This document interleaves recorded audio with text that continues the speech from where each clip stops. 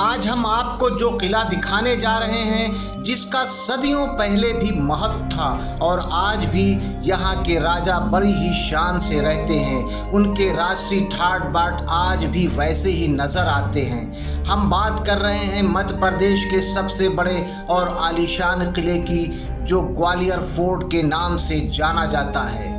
इस किले की नींव सूरज सिंह कछवाहा ने रखी थी, जिसे बाद में राजा मान सिंह तोमर ने किले का रूप दिया। इस किले पर कई राजपूत राजाओं का शासन रहा है। किले की स्थापना के बाद लगभग 990 सालों तक यहाँ पर पाल वंश के राजाओं की हुकूमत रही। इसके बाद प्रतिहार वंश ने शासन किया। इस किले पर 1023 ईस्वी में महमूद गजनवी ने हमला किया, लेकिन वो हार गया। गुलाम वंश के संस्थापक कुतुबुद्दीन ऐबक ने 12वीं शताब्दी में किले पर विजय प्राप्त की, लेकिन 1211 ईस्वी में वो फिर से हार गया। इसके बाद 1231 ईस्वी में गुलाम वंश के शासक इल्तुतमिश ने इस पर कब्जा कर लिया। बाद में उसे तोमर राजा देवरन ने हरा दिया और किले पर कब्जा करने के बाद ग्वालियर शहर में तोमर वंश की स्थापना की। इसके बाद इस किले को बाबर ने अपने अधीन किया, लेकिन इसके बाद शेरशाह सूरी का कब्जा इस ग्वालियर किले पर हो गया। 1736 से लेकर 1756 तक महाराजा भीम सिंह राणा ने इस किले को अपने अधीन रखा।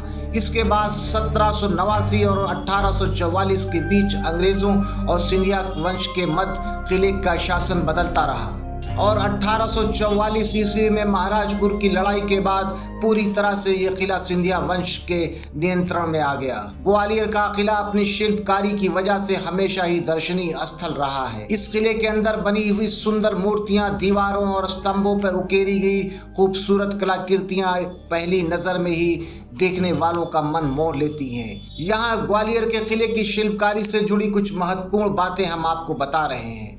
किले के अंदर मशहूर जैन धर्म की विशाल प्रतिमाओं को पत्थर पर काट कर बनाया गया है। इन दुर्लभ प्रतिमाओं में कई ऐसी प्रतिमाएं हैं जो विश्व में कहीं और देखने को नहीं मिलती हैं। ग्वालियर के किले में मौजूद मंदिर में रखी देवी देवताओं की मूर्तियां बेमिसाल और लाजवाब हैं। ग्वालियर के किले के अंदर बहुत ही दर्शनीय स्थल मौजूद हैं, जैसे जौहर कुंड, जो राजपूत स्त्रियों की वीरता की कहानी बताता है और उनके बलिदान का प्रतीक है।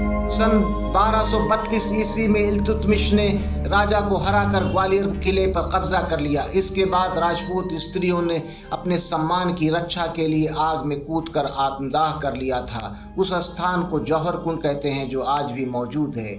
वहीं गुजरी महल है, जो अब म्यूजियम के रूप में तब्दील कर दिया गया है। इसे राजा मान सिंह तोमर ने अपनी पत्नी रानी मृगनयनी के लिए बनवाया था। संग्रहालय में दुर्लभ कलाकृतियों में पहली और दूसरी शताब्दी ईसा पूर्व की हिंदू और जैन धर्म की मूर्तियां मौजूद हैं। ग्वालियर किले को भारत का जिब्राल्टर कहा जाता है, क्योंकि इस किले को कई बार सीधी लड़ाई में जीता नहीं जा सका है। जब भी इस किले पर किसी आक्रमणकारी का कब्जा हुआ है तो उसकी वजह विश्वासघात या सालों तक घेराबंदी के बाद किले पर काबिज हो सका है और मजबूर होकर राजाओं ने आत्मसमर्पण किया है। दोस्तों, ग्वालियर का किला बेहद आकर्षक और विशाल है। यहाँ पर काफी संख्या में पर्यटक आज भी आते रहते हैं।